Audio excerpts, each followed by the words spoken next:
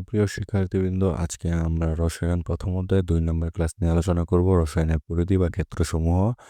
যেহেতু প্রথম অধ্যায় তাই আমরা শুধু ইম্পর্টেন্ট লাইনগুলোই পড়ব। এখানে একটা টেবিল আছে, দেখো এই টেবিলটা অনেক ইম্পর্টেন্ট। দেখি, বায়ু প্রধানত নাইট্রোজেন এবং অক্সিজেন থাকে।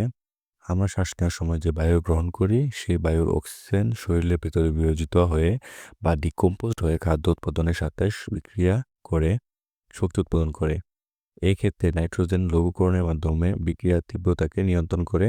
খাদ্য, খাবারের পানি সহ বিভিন্ন খনিজ লবণ প্রধান উপাদান। জীবের শরীরের বেশিরভাগই পানি।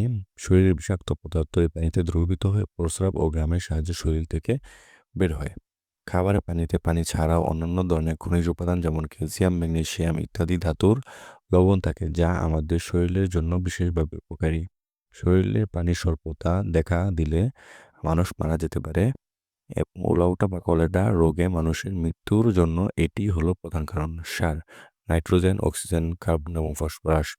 আমরা যেমন খাবার খাই তেমনি উদ্ভিদও খাবার প্রয়োজন। উদ্ভিদের খাবারের প্রধান উপাদান হলো নাইট্রোজেন, অক্সিজেন, ফসফরাস, কার্বন ইত্যাদি। এগুলো উদ্ভিদ মাটি থেকে সংগ্রহ করে। তাছাড়া বিভিন্ন সার এসব মৌলের যৌগ থাকে। তাই বিভিন্ন ধরনের সার উদ্ভিদের প্রয়োজনীয় পুষ্টি প্রদান করে, ফলে ফসলের উপাদান ভালো হয়। কাগজের প্রধান উপাদান হলো সেলুলোজ। কাগজ আবিষ্কার মানব সভ্যতার এক অনন্য অবদান। বাঁশ, আখের ছোবড়া ইত্যাদিতে প্রচুর পরিমাণ সেলুলোজ থাকে। খাদ্য তৈরির কারখানায় এই সমস্ত বস্তুকে রাসায়নিক বিক্রিয়ার মাধ্যমে প্রক্রিয়াকরণ করে খাদ্য উৎপাদন কাগজ উৎপাদন বা কাগজ তৈরি করা হয়ে থাকে। এখন দেখো রসায়ন বিজ্ঞানের অমানবিক অন্যান্য শাখা। জীববিজ্ঞানের সাথে কি রাখা হয়েছে? উদ্ভিদ সালোক সংশ্লেষণ প্রক্রিয়ায় মাধ্যমে তার সবুজ অংশে গ্লুকোজ তৈরি করে। সালোক সংশ্লেষণ মূলত একটি রাসায়নিক বিক্রিয়া। উদ্ভিদ সূর্যালোকের উপস্থিতিতে সবুজ পাতার বর্তমান ক্লোরোফিলের সাহায্যে পানি আর কার্বন ডাইঅক্সাইডের মাধ্যমে রাসায়নিক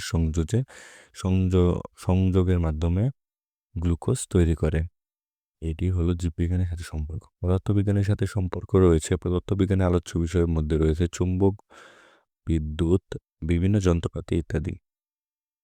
বিদ্যুতের বিটারে যে ব্যাটারি ব্যবহার করা হয় তাই রসায়নের অবদান। এই অবদানগুলো তোমরা পড়বে।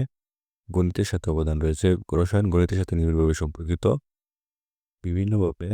বিভিন্ন ক্ষেত্রে বিশেষ গণনার কাজে গণিতের সূত্রগুলো ব্যবহার করা হয়ে থাকে। দ্রবণের ঘনমাত্রা নির্ণয়, যৌগের সংযুক্তি নির্ণয়, বিক্রিয়ার হার নির্ণয় ইত্যাদি। এবং রসায়ন পাঠের গুরুত্ব এখন দেখবো আমরা। ক্ষেতের ফসল যেন পোকা করে নষ্ট না করে সেজন্য মানুষ কীটনাশক ব্যবহার করেছে। খাদ্যকে দীর্ঘদিন সংরক্ষণের জন্য ব্যবহার করেছে প্রিজারভেটিভ, যা এক ধরনের রাসায়নিক পদার্থ। চাষাবাদ কিংবা খাদ্যের জন্য আমরা রসায়নের উপর নির্ভর করি। শিল্প কারখানা, যানবাহন, মানুষের ব্যবহার সামগ্রীতে প্রচুর পরিমাণে রাসায়নিক বর্জ্য আমাদের পরিবেশে ক্ষতি সাধন করছে। এর মাঝে রয়েছে carbon dioxide, carbon monoxide, sulphur dioxide, বিভিন্ন অ্যাসিড, বিভিন্ন ভারী ধাতু। ভারী ধাতুগুলো কি কি? পারদ, লেড, আর্সেনিক, কোবাল্ট ইত্যাদি সহ আরো অনেক ধরনের রাসায়নিক দ্রব্য। এইগুলোই হলো মানব জীবনে রসায়নের ভূমিকা। তো আগামী ক্লাসে আমরা রসায়নে অনুসন্ধানের বা গবেষণার প্রক্রিয়া এই অংশ থেকে শুরু করব। সেই পর্যন্ত সবাই সুস্থ থাকো। ধন্যবাদ সবাইকে।